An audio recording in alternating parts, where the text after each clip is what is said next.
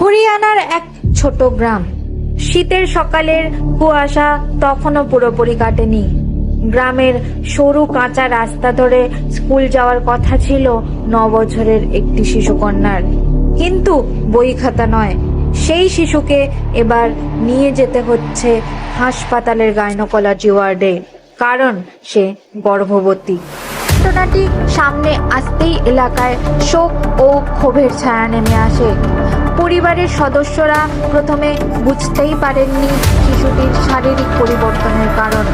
বারবার অসুস্থ হওয়া ও পেটের ব্যথার জন্য তাকে স্থানীয় হাসপাতালে নিয়ে গেলে চিকিৎসকেরা পরীক্ষা করে জানতে পারেন সে প্রায় 5 মাসের অন্তঃসত্ত্বা।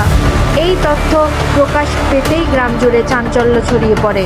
পুলিশ জানায় শিশুটি দীর্ঘদিন ধরে এক পরিচিত ব্যক্তির যৌন নির্যাতনের শিকার হয়েছে বলে অভিযোগ উঠছে।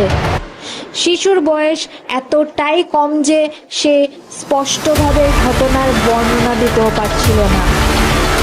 বিশেষ কাউন্সিলিংয়ের মাধ্যমে তার বক্তব্য নেওয়া হয়। চিকিৎসকদের সামনে এখন সবচেয়ে বড় চ্যালেঞ্জ শিশুটির শারীরিক নিরাপত্তা। এত কম বয়সে গর্ভধারণ তার জীবনের জন্য মারাত্মক ঝুঁকি তৈরি করতে পারে। একটি বিশেষ মেডিকেল বোর্ড গঠন করে তার শারীরিক অবস্থা পর্যবেক্ষণ করা হচ্ছে এবং আইনি প্রক্রিয়া মেনে পরবর্তী সিদ্ধান্ত নেওয়া হবে। এই ঘটনা আবারও তুলে ধরছে একটি কঠিন বাস্তবতা। শিশুদের বিরুদ্ধে যৌন অপরাধ এখনো থামেনি। বিশেষজ্ঞদের মতে পরিবার, স্কুল ও সমাজ 3টি স্তরেই সচেতনতা বাড়ানো জরুরি। শিশুদের গুড টাচ ও ব্যাড টাচ সম্পর্কে শিক্ষা এবং সন্দেহজনক আচরণ দেখলেই দ্রুত অভিযোগ জানানোর সংস্কৃতি গড়ে তোলাই পারে এমন অপরাধ প্রতিরোধ করতে।